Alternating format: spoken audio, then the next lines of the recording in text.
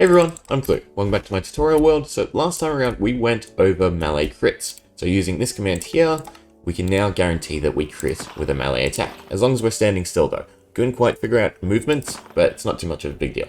Anyway, I think today we'll tackle bow. So usually to crit with a bow, you need to fully charge it. So you can see the little star particles. And if I just quick shoot, there are no particles.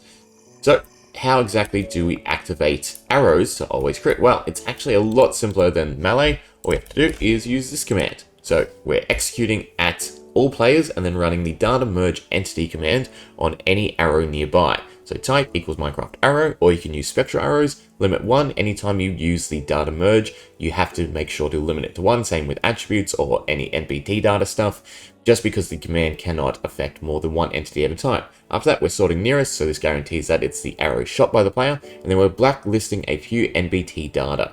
So left owner and in ground. This means that it won't affect any arrows in the ground or any arrows that have left the owner's hitbox and are therefore no longer shot by them. So this means any arrows shot by, say, a skeleton coming to the player won't be affected by this command once they enter this distance of 0.2. After that, all we have to do is add two curly brackets, type in crits, and flag it as true, so 1B. So, no crits, turn it on, and now even our little piddly shots that don't go too far have crits. Not that I could ever reach him. But there's actually a lot more utility to this command. A lot of different things we can do. So I'm going to set that up and then we'll go through them. But yeah, I told you, range crit, super simple. Right, so using the same method, I've gone ahead and created a few different fun effects. So we've got our normal bow here, you can see. I charge it up, crits, normal shots, nothing happens. But if we go ahead and we stand on this grass block, we now have the crit effects. So again, no crits. Crits. And then on this netherrack block, doesn't quite look like anything's happening. But if I go ahead and stack a few husks, you can see we now have piercing.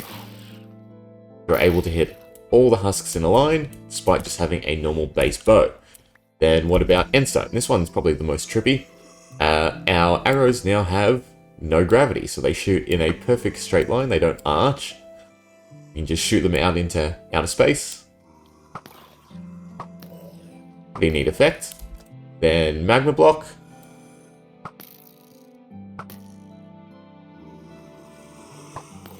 Even a tiny uncharged shot now insta-kills. So we've modified the damage on this one.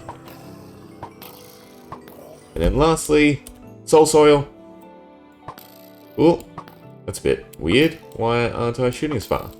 Yeah, so this one's a bit of a detriment. So if you're on soul soil, you can't shoot as far. So how are we actually doing this? Well, again, we're using the same base command. So we're executing at all players, but this time we're tacking on if block -1. So depending on which block you're standing on, so in this case, grass block, you're going to modify the arrow using the same string, and we're going to give it that crit flag. Then for the netherrack, we're giving it pierce 10. For the endstone, we're giving it no gravity. Then for the magma block, we're upgrading the damage to 100, so it's an insta-kill. And then lastly, for the soul soil, we're doing something a little bit different. Instead of using data merge, we're using data modify, and this allows us to set the value of the Y motion, so motion 1, so X is 0, 1 is Y, and then 2 would be Z, to -1.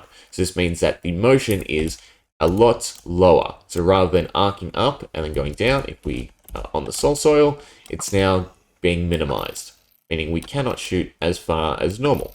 For instance, normal bow goes a lot further. And that's just sort of the versatility of the system. Again, you can use it to toggle crits, or you can use it to play around with all the different arrow attributes. You can also do some other fun stuff like potion effects or summon blocks, depending on the arrow shots, but we might get to that a little bit later. So that's pretty much it. See ya.